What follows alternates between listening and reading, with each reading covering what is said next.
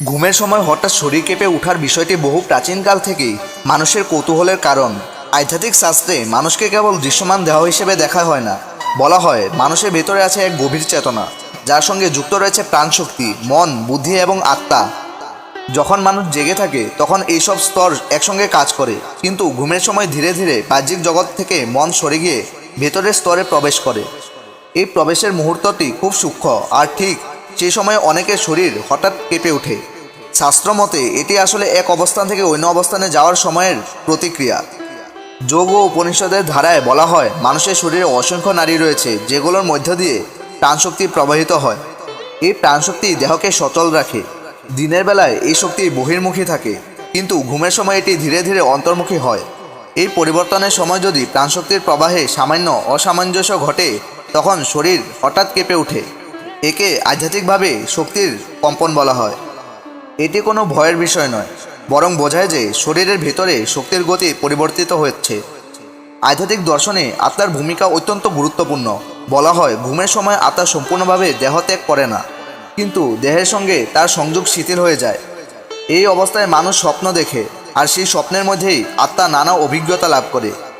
যখন আত্মা আবার দেহের সঙ্গে গভীরভাবে যুক্ত হতে শুরু করে, তখন সেই সংযোগের মুহূর্তে শরীর একটি ঝাঁকুনি অনুভব করে। অনেক সময় মনে হয় যেন হঠাৎ নিচে পড়ে যাচ্ছি বা কোথাও থেকে ধাক্কা খেলাম। এই অনুভূতিগুলোকে শাস্ত্রে আত্মার প্রত্যাবর্তনের লক্ষণ হিসেবে ধরা হয়। তন্ত্রশাস্ত্রে শরীরের ভেতরে সুপ্ত শক্তির কথা বলা হয়েছে, যাকে কুণ্ডলিনী শক্তি বলা হয়। এই শক্তি সাধারণত নিস্তব্ধ অবস্থায় থাকে, কিন্তু জীবনের বিভিন্ন সময়ে, বিশেষ করে যখন মন শান্ত হয় বা ঘুমের দিকে যায়, তখন এই শক্তির সূক্ষ্ম আন্দোলন হতে পারে। এই আন্দোলন খুব ক্ষণস্থায়ী হলেও শরীরে কাঁপুনি বা ঝাঁকুনির অনুভূতি সৃষ্টি করতে পারে। এটি সম্পূর্ণ জাগরণ নয়, বরং শক্তির হালকা স্পন্দন, যা শরীরকে স্পর্শ করে আবার নিস্তব্ধ হয়ে যায়। বেদান্তে ঘুমকে তিনটি অবস্থার মধ্যে একটি বলা হয়েছে: জাগ্রত, স্বপ্ন এবং সুপ্তি। এই তিন অবস্থার মধ্যে পরিবর্তনের সময় মন পুরোপুরি স্থির থাকে না।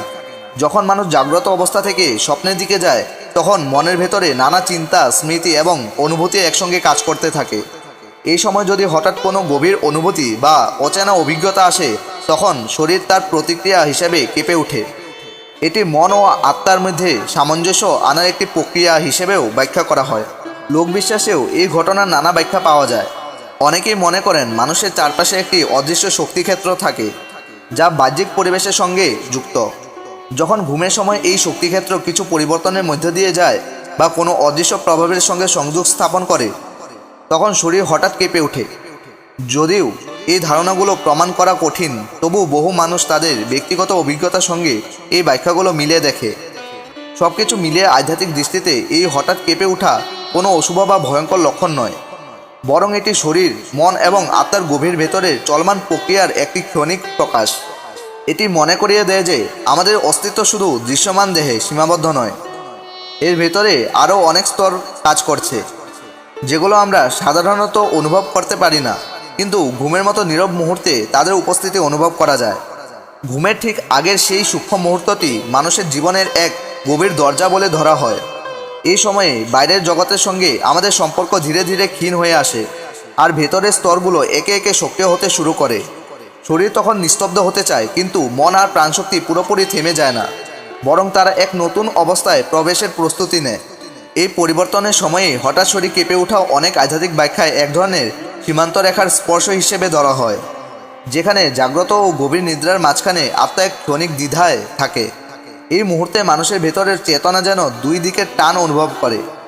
একদিকে শরীর তাকে বিশ্রামের দিকে টেনে নেয়, অন্যদিকে ভেতরের সজাগ শক্তি পুরোপুরি নিস্তব্ধ হতে চায় না। এই দ্বৈত অবস্থার কারণেই এক ধরনের হালকা ধাক্কা তৈরি হয়, যা শরীরের মাধ্যমে কাঁপুনি হিসেবে প্রকাশ পায়। আধ্যাত্মিকভাবে এটাকে এমন এক মুহূর্ত বলা হয় যেখানে চেতনা তার অবস্থান ঠিক করছে। সে কি সম্পূর্ণভাবে নিদ্রায় ডুবে যাবে, নাকি কিছুটা সজাগ অবস্থায় থাকবে। অনেক গভীর ব্যাখ্যায় বলা হয় মানুষের ভেতরে যে প্রাণশক্তি রয়েছে তা সবসময় প্রবাহমান, কিন্তু ঘুমের সময় এই প্রবাহ সরল পথে চলে না। এটি কখনো দ্রুত, কখনো ধীর হয়ে যায়। এই উঠানামার মাঝেই যদি হঠাৎ কোনো বাধা বা পরিবর্তন আসে, তখন সেই শক্তির ঢেউ শরীরকে স্পর্শ করে। এই স্পর্শটাই আমরা কাঁপুনি হিসেবে অনুভব করি। এটি যেন ভেতরের অদৃশ্য নদীর এক মুহূর্তের উত্তাল হয়ে ওঠা, যা আবার দ্রুত শান্ত হয়ে যায়। আরও সূক্ষ্মভাবে দেখলে এই কাঁপুনির সঙ্গে মানুষের গভীর অনুভূতিরও সম্পর্ক থাকতে পারে। অনেক সময় আমরা দিনের বেলায় যা ভাবি, যা অনুভব করি, তা পুরোপুরি মনের ভেতর থেকে মুছে যায় না। ঘুমের সময় সেই চাপা অনুভূতিগুলো ভেসে উঠতে চায়। ঠিক সেই সময় যদি কোনো অনুভূতি হঠাৎ তীব্র হয়ে ওঠে, তখন শরীর তার প্রতিক্রিয়া হিসেবে কেঁপে ওঠে। আধ্যাত্মিকভাবে এটাকে ভেতরে জমে থাকা শক্তির মুক্তি হিসেবেও দেখা হয়, যেন ভেতরের ভার হালকা হওয়ার আগে একবার ঝাঁকুনি দিয়ে বেরিয়ে আসছে। অনেক সাধক মনে করেন এই মুহূর্তে মানুষ খুব সংবেদনশীল অবস্থায় থাকে। তার চারপাশে সূক্ষ্ম পরিবর্তন, ভেতরের শক্তির উঠানামা সব কিছুই তখন সহজে অনুভূত হয়। তাই এই কাঁপুনি কখনো কখনো শুধু শারীরিক নয়, বরং এক ধরনের গভীর স্পর্শের ইঙ্গিত দেয়, যা সাধারণ অবস্থায় বোঝা যায় না। এটি এমন এক অভিজ্ঞতা যা বলে দেয় মানুষের ভেতরে চলমান জগৎ বাইরের জগতের মতোই জটিল ও জীবন্ত। আরও একটি ধারণা আছে যেখানে বলা হয় এই কাঁপুনি আসলে ছাড়ার একটি প্রক্রিয়া। যখন আমরা ঘুমাতে যাই, তখন আমাদের শরীর ও মন ধীরে ধীরে দিনের সমস্ত ক্লান্তি, চিন্তা এবং ভার ছেড়ে দেয়। কিন্তু এই ছাড়ার প্রক্রিয়াটি সবসময় মসৃণ হয় না। কখনো কখনো মন কিছুটা আঁকড়ে ধরে রাখতে চায়, আর সেই টানাপোড়ানের মাঝেই শরীর হঠাৎ কেঁপে ওঠে। এটি যেন শেষ মুহূর্তের একটি প্রতিরোধ, যার পরেই সম্পূর্ণ বিশ্রাম আসে। এই ঘটনাটিকে আরও গভীরভাবে অনুভব করলে বোঝা যায় এটি মানুষের নিজের ভেতরের এক রহস্যময় যাত্রার অংশ। আমরা যখন ঘুমাই তখন শুধু বিশ্রাম নিই না, আমরা এক অবস্থা থেকে অন্য অবস্থায় যাই, যেখানে আমাদের চেতনাও নতুনভাবে নিজেকে গড়ে তোলে। সেই যাত্রার শুরুতেই এই হঠাৎ কাঁপুনি এক ক্ষণিক সংকেতের মতো আসে, যেন বলছে একটি নতুন স্তরে প্রবেশ শুরু হচ্ছে। এভাবে দেখতে গেলে এই ছোট্ট কাঁপুনি আসলে খুব সাধারণ কিছু নয়, এটি মানুষের গভীর অস্তিত্বের এক সূক্ষ্ম প্রকাশ। এটি মনে করিয়ে দেয় আমাদের ভেতরের জগৎ সবসময় সক্রিয়, সবসময় পরিবর্তনশীল। আমরা সেটা বুঝতে পারি না, কিন্তু মাঝে মাঝে এই ধরনের ক্ষণিক অভিজ্ঞতা আমাদের সেই অদৃশ্য জগতের একটি ঝলক দেখিয়ে দেয়।